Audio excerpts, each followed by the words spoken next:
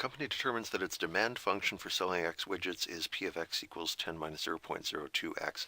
This demand function is the price. So in economics, if you're measuring demand, you're measuring how much would people be willing to pay for this thing. And it looks like that answer starts at 10. If there's only one widget in the world, someone will pay $10 for it. But as there get to be more and more widgets, they become more commonplace and easier to get, and people are less willing to pay for them. The price starts to creep downward.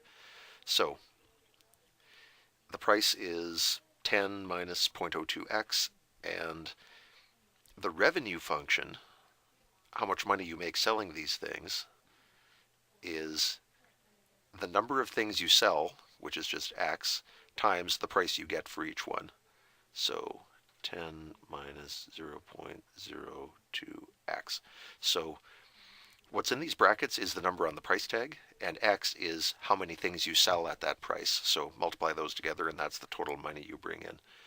And that, of course, is minus 0. I'm putting these in descending order because that's how polynomials should look. Plus 10x is our revenue function, r of x. Now they ask for the marginal revenue, which is the derivative of that. So dr dx.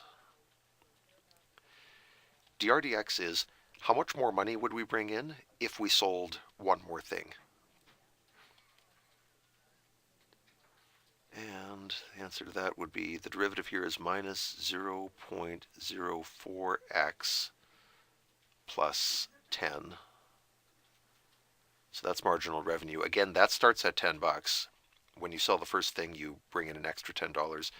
The one after that, you make $9.96, and so on down. So the revenue starts to creep down because you can't charge as much for these things. And then they say, what is the marginal revenue if there are 1,800 items? So dr dx, if x is 1,800, would be minus 0.04 times 1,800 plus 10.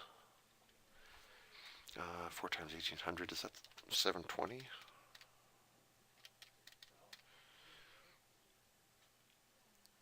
Wow, that's high. 1,800, that's so high I'm having doubts about it, and I'm going to run it again. 0.04 times 1,800, yeah, it really is minus 72 plus 10 equals minus 62. That's rather odd.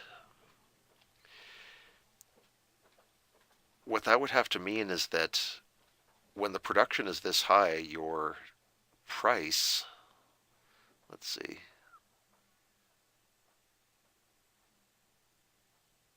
that means that the demand function has gone negative at this point. This is an item that, if there are way too many of them out there, your sales actually go negative, like people start returning them, and it starts costing you money. That's kind of an odd model, but that is what's coming out of the formula. So yeah, this demand function can actually go negative if your production is high enough, and that's what's happened here. That would be like, I don't know, you make something that's supposedly a collectible, but you make so many that people get mad because they find out their exclusive thing isn't exclusive anymore, and they start bringing them back. I'm kind of struggling to find a real life example like this, but that's what's coming out for the marginal revenue, so that's what we must live with. And how many items must be sold to have a marginal revenue of minus 46? That's the same idea where we have our dr dx of minus 0.04x plus 10, and they want it to come out to minus 46. We can subtract 10 from each side,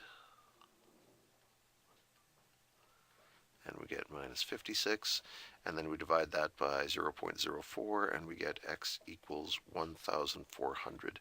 If your sales are up there, then your marginal revenue's down in the negatives.